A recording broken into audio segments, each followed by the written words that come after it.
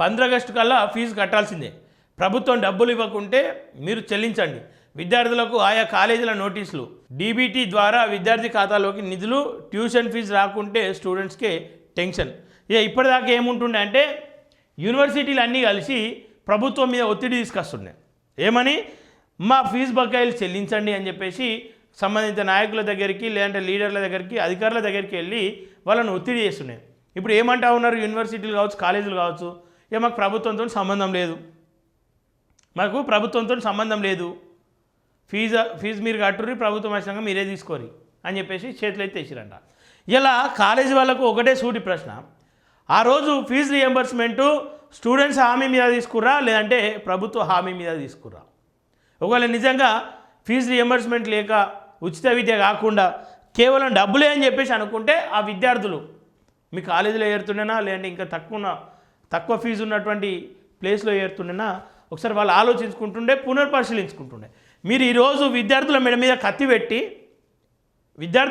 కత్తి పెట్టి మీరు ఫీజులు చెల్లిస్తారా సస్తారా సర్టిఫికేట్లు ఇవ్వమని చెప్పేసి వాళ్ళ మెడ మీద కత్తి పెట్టినట్టు చేస్తే ఎవడు బాధ్యుడు కావాలి? ఏమైపోవాలి వాళ్ళు? ఫీజు రియంబర్స్మెంట్లో ఎవరు చదువుతారు? డబ్బులు లేక ఇబ్బందులు పడే వ్యవసాయ కుటుంబాలు మాత్రమే అట్లాంటి ఫీజు రియంబర్స్మెంట్లో ప్రభుత్వ చదువులపైన డిపెండ్ అయి ఉంటారు. ఇలా వాళ్ళనే డబ్బులు కట్టాలి, మీరే డబ్బులు కట్టాలని చెప్పేసి అంటే వాళ్ళు ఎటు పోవాలి? ఏమైపోవాలి? ప్రభుత్వం ఖచ్చితంగా స్పందించాలి.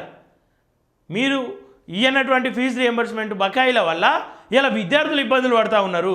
వాళ్ళు తర్వాత చదువులకు ఉద్యోగాలకు వెళ్తే అక్కడ సర్టిఫికేట్స్ ట్రాన్స్ఫర్ చేయాలి లేదంటే అక్కడ చూపించాలి. వీళ్ళేమో కాలేజీలో ఫీజు కడితేనే సర్టిఫికేట్స్ ఇస్తామని చెప్పేసి వీళ్ళు వంకలు పెడతారు.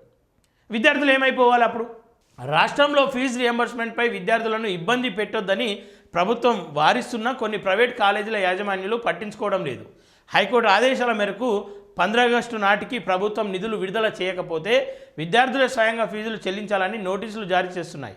దీనిపై విద్యార్థి సంఘాలు మండిపడుతున్నాయి. ప్రభుత్వం వెంటనే నిధులు విడుదల చేయాలని లేదంటే ప్రైవేట్ కాలేజీల ఆగడాలను అడ్డుకట్ట వేయాలని విద్యార్థి సంఘాలు డిమాండ్ చేస్తున్నాయి. బరాబర్ అడ్డుకట్ట వేయాలి. వాడు ఏదో విద్యను వ్యాపారంగా మలుచుకొని సేవ చేస్తున్నట్టు సేవాభావం కల్పిస్తూ ఎవని కొంపలు ముస్తా ఉన్నాడు, ఎంతమంది ఇబ్బంది పడుతూ ఉన్నారు.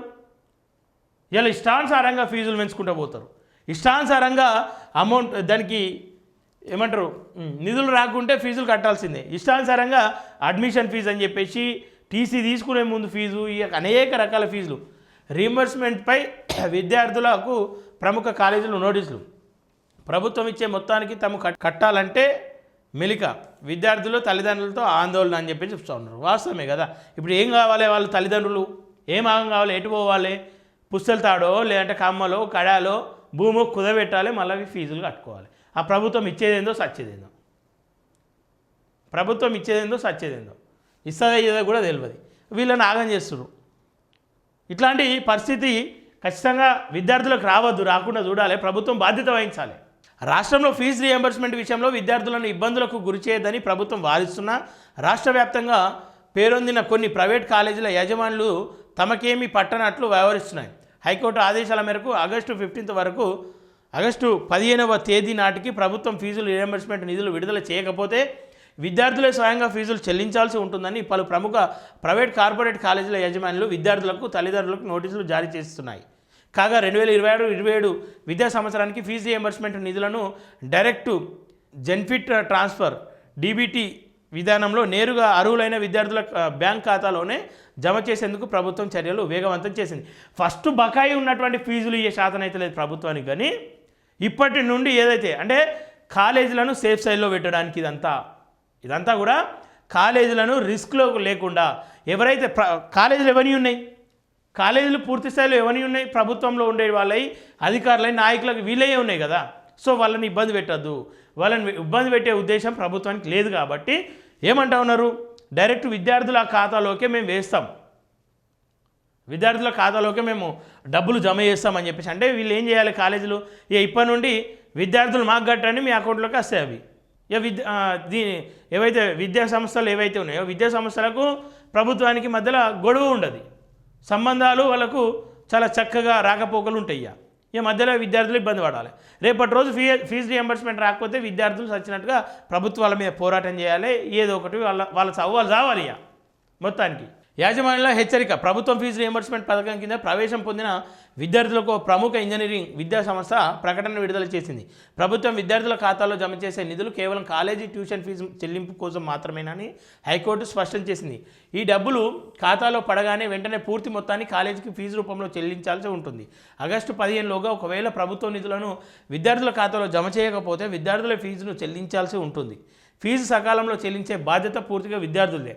రియంబర్స్మెంట్ రూపంలో వచ్చిన డబ్బులను ఇతర అవసరాలకు ఉపయోగిస్తే ప్రభుత్వ చట్టపరమైన చర్యలు తీసుకోవడంతో పాటు రెవెన్యూ రికవరీ యాక్ట్ కింద నిధులను రికవరీ చేసే అవకాశం ఉంది. నిధులు పొంది ఫీజు చెల్లించకపోతే నిబంధనల ప్రకారం కఠిన చర్యలు తీసుకుంటామని యాజమాన్యం పేర్కొంది. కాలేజీల ఆగడాలను అడ్డుకట్ట వేయాలి.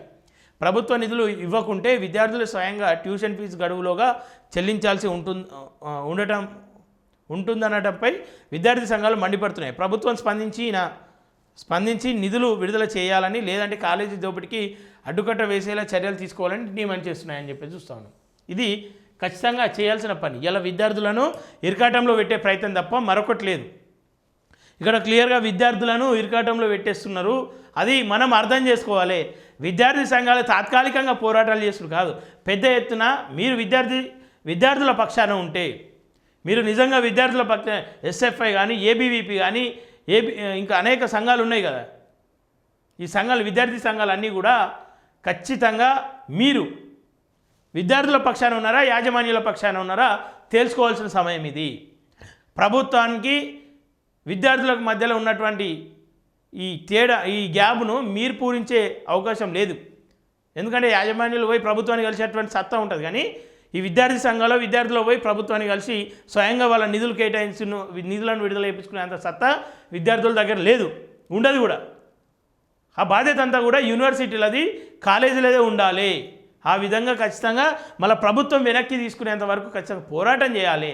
ఆ బాధ్యత విద్యార్థి సంఘాల పైన ఉంది, ప్రతిపక్షాల పైన ఉంది. లేదంటే నిరుపేద విద్యార్థులు చదువుకు దూరమయ్యే అవకాశం, చదువుకు దూరమయ్యే ప్రమాదం ఉంది. కాబట్టి ఈ విధంగా ఆలోచించాలని చెప్పేసి కోరుకుంటా ఉన్నాం.